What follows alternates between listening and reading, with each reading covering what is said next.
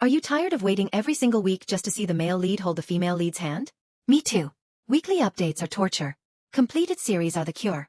So today, in Exhausted Penguin, I'm giving you 10 romance manhwas that are 100% finished so you can binge from start to end without waiting or suffering. Let's start. Number 1. How to Hide the Emperor's Child. Here is the situation. The MC spends one night with the Emperor. He wakes up and basically tells her, "I never loved you." Classic trash behavior. So she leaves. Fast forward 6 years. She's been raising his son in secret. But the kid has the royal red eyes. When the Emperor tracks them down, she has to play the ultimate game of hide and seek with her son's genetics. The male lead is a walking red flag at first, but watching him realize he messed up is very satisfying. It is completed at 113 chapters plus side stories. Number 2. The maid no longer desires her master. This one is a bit darker. Here's the situation. Lynn is a maid who has silver hair that looks exactly like the royal princess. Because of that resemblance, the duke's daughter is jealous and makes Lynn's life a living hell.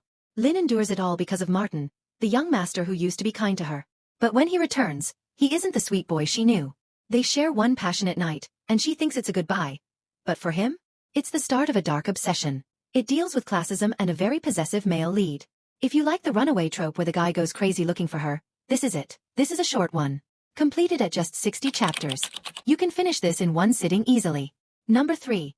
The Tragedy of a Villainess / I've Become a True Villainess. You know how usually the second male lead gets his heart broken and dies? Well, our MC possesses the villainess, Syria, and decides to save the second male lead from his tragic fate. She heals him and fixes his armor, but then, oops, they fall in love. The catch. The original nice heroine shows up, and she is not as nice as she looks. The external drama here is crazy, but the romance is solid. It wraps up at 98 chapters plus side chapters. Number 4. The Beloved Little Princess. If you need a palate cleanser, this is it.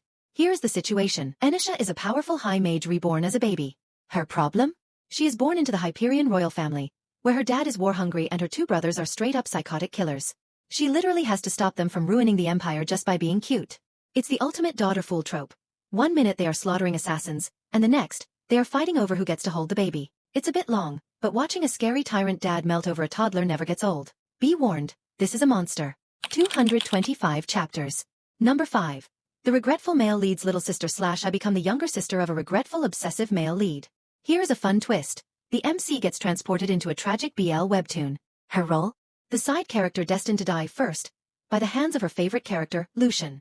To survive, she decides to fix him with kindness before the tragedy starts. But she did too good of a job. Now, instead of a tragic villain, she has a stepbrother who is dangerously obsessed with her. It's the ultimate, I accidentally made the villain obsessed with me, trope. If you like Yandra vibes mixed with fluff, this is it. Completed at 110 chapters. Standard length.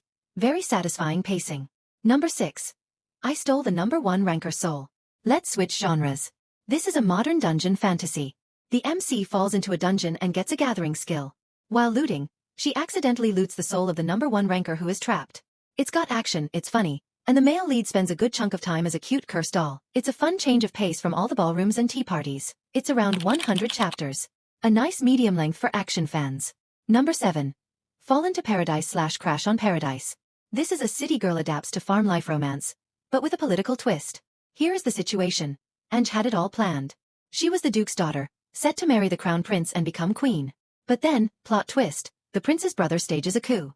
To get Ange out of the way, he forces her to marry Aiden, an illegitimate nobody living in the middle of nowhere. She goes from expecting a palace to living in a shack with a stranger. It's an absolute underrated gem. Watching her adjust to the humble life, and realizing her outcast husband is actually a green flag, is incredibly healing. The male lead is literally a gentleman. It's a quick read at 71 chapters. Number 8. The Tyrant Wants to Be Good. This isn't your average go back and fix it story. It's heavy. Here's the situation. Dorothea was a tyrant who murdered her own sweet brother to take the throne, only to get executed. She wakes up, not as an adult, but as a baby. Now she has to live her entire life over again. The catch? Her brother, the one she murdered, is now a cute toddler who just wants to hug her.